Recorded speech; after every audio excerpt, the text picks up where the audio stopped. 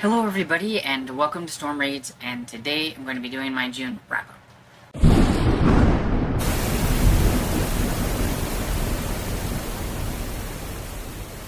So, June I felt like flew by really quickly, and in my head I didn't think I was reading very much, and so I didn't make very many videos on what I was reading. So, for the most part, most of these books you probably haven't heard me talk about.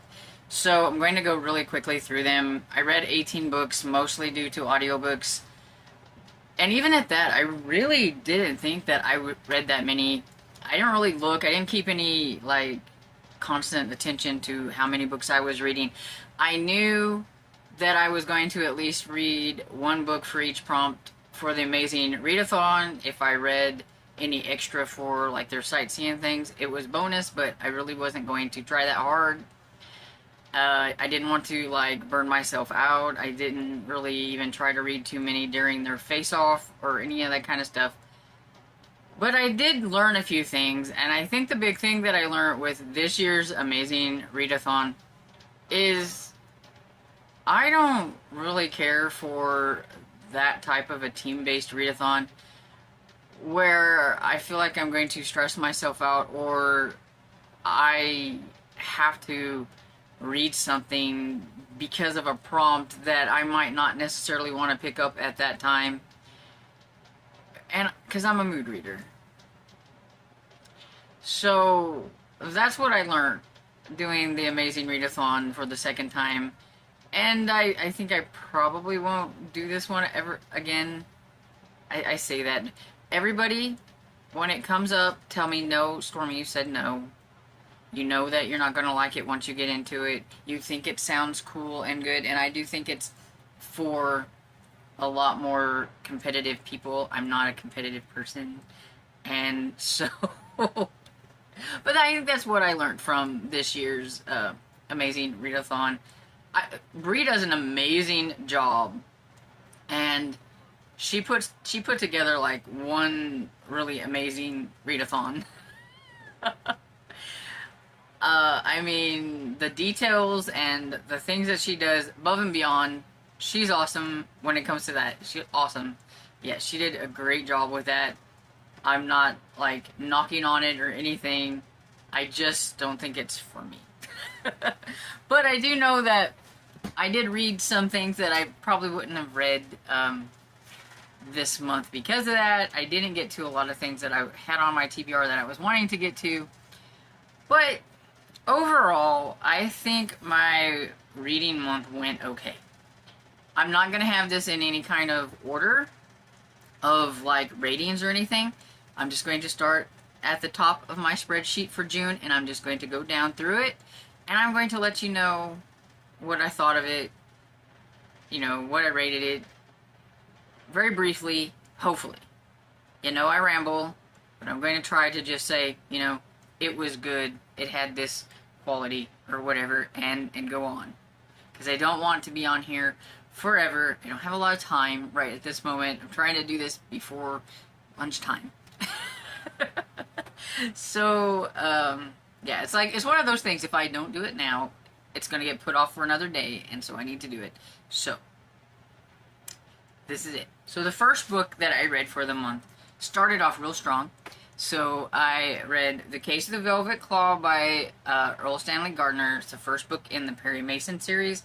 Love this color.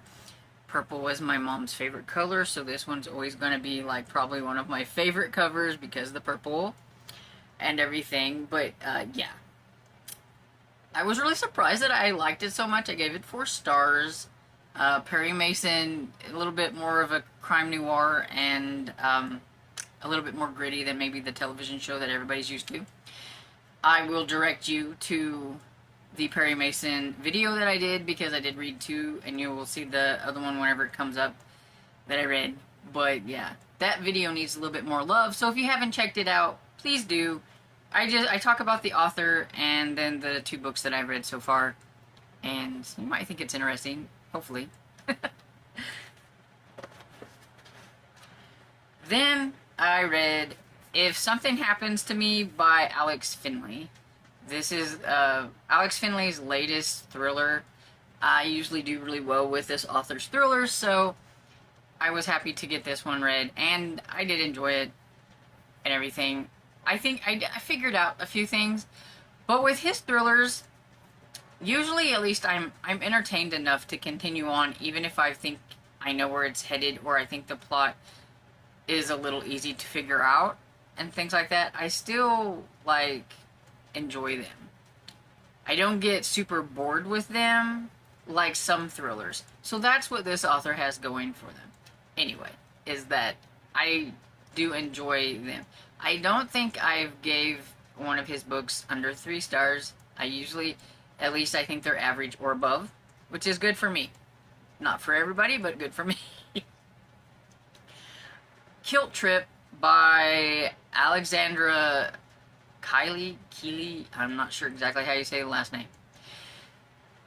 Wasn't really in the mood for contemporary romance, but at least it was set in Scotland. This is one that I read for the Amazing Readathon, and I gave it 3.5 stars. It was okay. Mainly what I can remember about it is that it was set in Scotland, and it was kind of like an enemies to lovers type of trope, I'm guessing, because they didn't like each other at first and everything. And it's about a travel tourist person trying to tell the Scottish guy how to run his place, and he didn't like that very well. Secrets in the Dark by Heather Graham. It's the second book in the Blackbird trilogy. I liked it better than the first book. This one had a Jack to the Ripper lean to it, which is probably why I liked it more. But it's like one of those trilogies that's gonna have like an overreaching like story arc that has to do with some things that happened in the first one, and so I am curious about the third one and how it's gonna go. It's like international Crew of Hunters. Crew of Hunters will always be better, but I'm liking it enough that I gave it 4 stars. Runaway by Harlan Coben. This is my first Harlan Coben book, and you know, I have several of his books on my shelf because I know a lot of people like this thriller author.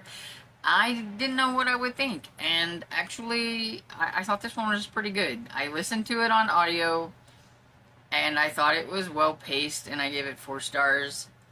And so I'm excited to now try some more of his books because I did actually enjoy this one. So one good thing about the Amazing Readathon is I did finally read this author.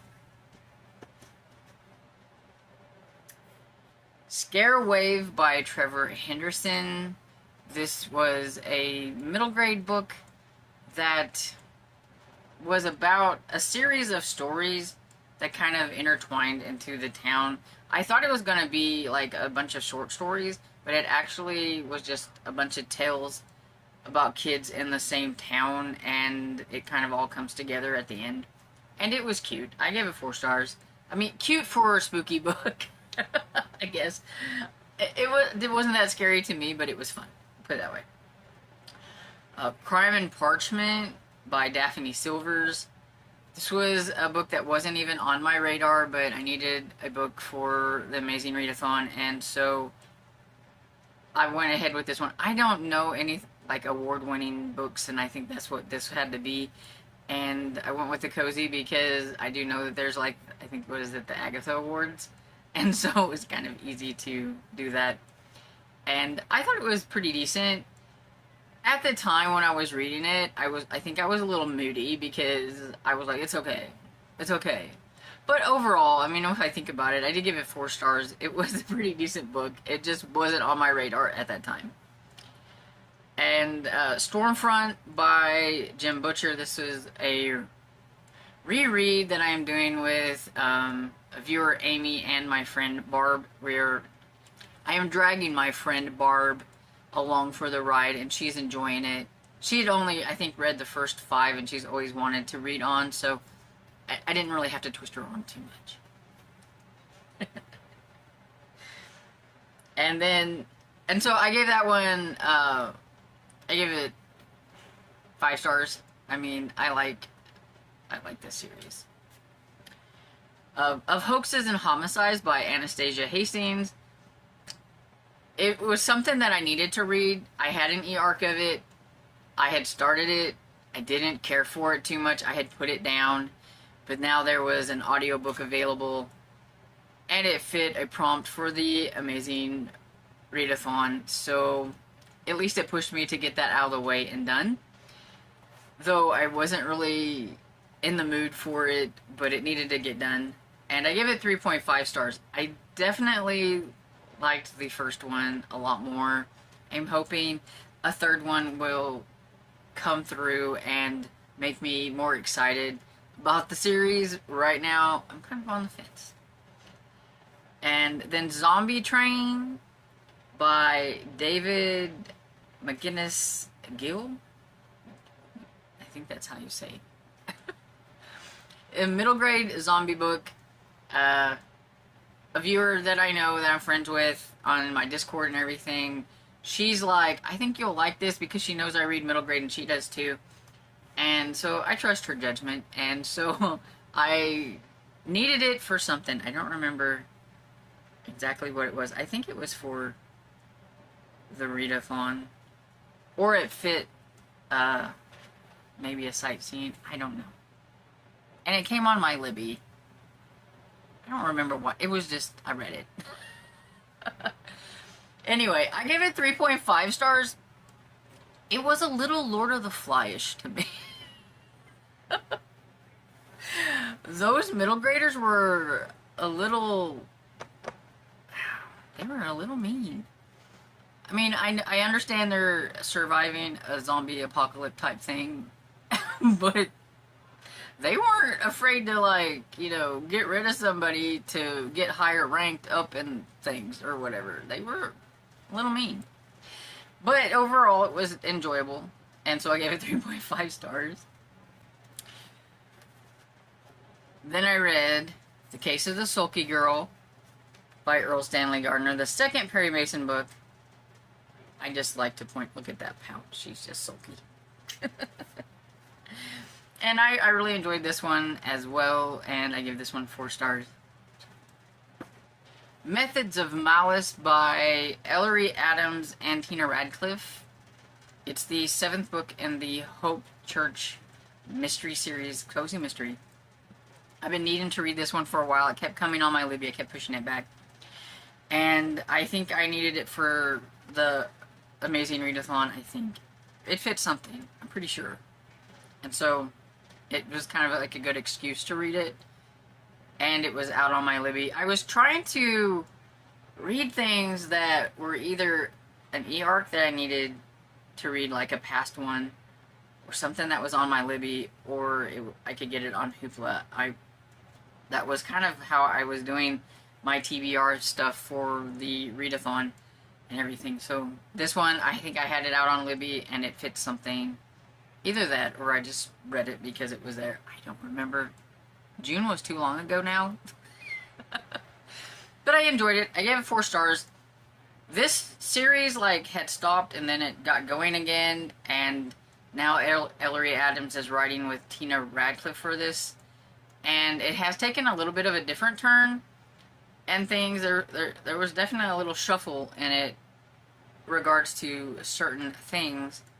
But I still enjoy it. Even though it's set in a church setting, it's not a Christian cozy mystery. It's just a regular cozy mystery. So I don't want anybody to think that, oh, it's a Bible study group, that I don't want to. They do say some things, and they do spend some time in the Bible study and talk about God and like a scripture or something. But it's very much more of a secular cozy mystery. And then Mari and the Curse of the Cocoriolo. I never can say that right. By Adriana Cuvaz. Yeah, we know I don't do names very well. Anyway, middle grade book about Cuban mythology. I thought it was cute and everything, and so I give it 4 stars. Definitely would recommend if you like a mythology, especially like middle grade. That's how I like to consume my mythology, is middle grade. If you like fantasy, middle grade, uh, she had definitely had this curse on her, and it affected her friend, and it was about friendship and how things can go kind of wrong with your friendship when you accidentally get your friend cursed, and things aren't going quite so well for her. And everything kind of puts a little bit of a wrinkle in your friendship and everything. But it was cute, and it was about liking your heritage and coming to terms with your heritage and everything. So it was cute. Then Bar 20 by Clarence E. Mulford. This one is the first in the Hopalong Cassidy series. I think it came out in 1903. Look at my spreadsheet and I know. So it was a very different Hopalong Cassidy from like the TV show that I remember. He's definitely a lot more rough and I don't know, sarcastic, and he's just rougher all around edges from what I remember from like the show and everything. I thought it was okay. Am I ever going to like love westerns? Probably not. Can I handle one or two for June on the Range? Probably. I was going to read another one. I just never got around to it. It was a Louis L'Amour version of Hopalong Cassidy because I wanted to see what the differences might have been. But he is the creator of Hopalong Cassidy and everything. So it was okay. I think I gave it like 3 stars. Yeah, 3 stars. So it's okay. The Stranger in a Library by Eva Gates. This is the 11th book in the Lighthouse Library, I think, if I put that down right. I don't trust myself. But yeah, it's one of my favorite cozy mystery series, and so I was kind of happy to get to the latest one. And I don't remember if I read this for the readathon or if I just read it because I had it. I don't remember. But I gave it 4 stars. I enjoyed it. It was fun. I always like the characters and Lucy and everybody at the Lighthouse Library, and Louise Jane, is that her name? She grows on you. Like at first you don't like her, and then you kind of get to like her, and I kind of felt bad for her in this one. She had a little bit of a relationship tumble. Didn't go quite so well, or it wasn't, and then she was she's kind of that character that just can't get it together when it comes to relationships. But I like her. But yeah, all the characters are fun. Peaches and Scream by Susan Furlong. I had to read this one for Killing Time with Cozy's read along. It was the first book in the series, and I thought it was good. I couldn't really tell you anything about it. I gave it 4 stars. It's about a lady who's growing peaches. She comes back. The farm's in need of some help, I think, and yeah, I can't remember much. It didn't last in my head anyway. The Dog Across the Lake by Krista Davis. I read a lot of cozies back to back, and that's going to be my problem. This one is Paws and Claws number 9. It's one of my favorite series. It's the latest one out in that series, and I like that one too. I gave it 4 stars. That one has, is her name Holly? I think. Anyway, she works with her Oma, which is I think her grandmother, at the Wagstail Inn or hotel or whatever. Anyway, it's a hotel for dogs and cats, like pets. It's pet friendly or whatever, so you can come and bring your animal and they don't care. They have animal food items and all that kind of stuff. And her cousin gets in a little bit of trouble because of his association, more or less, with this lady who ends up not being, But anyway, yeah. So she's trying to solve what happens there and trying to get him out of hot water and hoping that he wasn't involved in everything that's going on. And then Smile Beach Murder by Alicia, or Alicia, I'm not exactly sure. Bissett. Okay, this one is the first book in the Outer Banks bookshop. I know I read this one for the readathon because I needed a book that I thought would make a good adaptation, and of course, I don't know, Smile Beach Murder sounds like a really good cozy mystery that could be on TV. That's why I picked it. And I thought it was pretty good. I could see some cozy people maybe not liking it. It definitely has a little bit of a non-cozy ending. Like some of the stuff. The main character gets into quite a few, like, gets into a little bit of a scrape that some cozy mysteries might think is a little too non-cozy. If you've ever read any Julianne Lindsay cozies, and you know how she's kind of got this stop your heart breath thing going at the end of some of her cozy mysteries, because she is a romantic suspense author as well, and her cozy endings kind of have that little bit of suspense that, you know, they get into a little bit of trouble and you're like getting a little worried. Kind of had that kind of a thing going for it. I gave it 4 stars. I thought it was a pretty decent start to a cozy mystery series. And oh, that is it. I have made it to the end. And so yeah. Okay, so overall, like I said, I think my reading went pretty good. I think the lowest I had was a 3-star.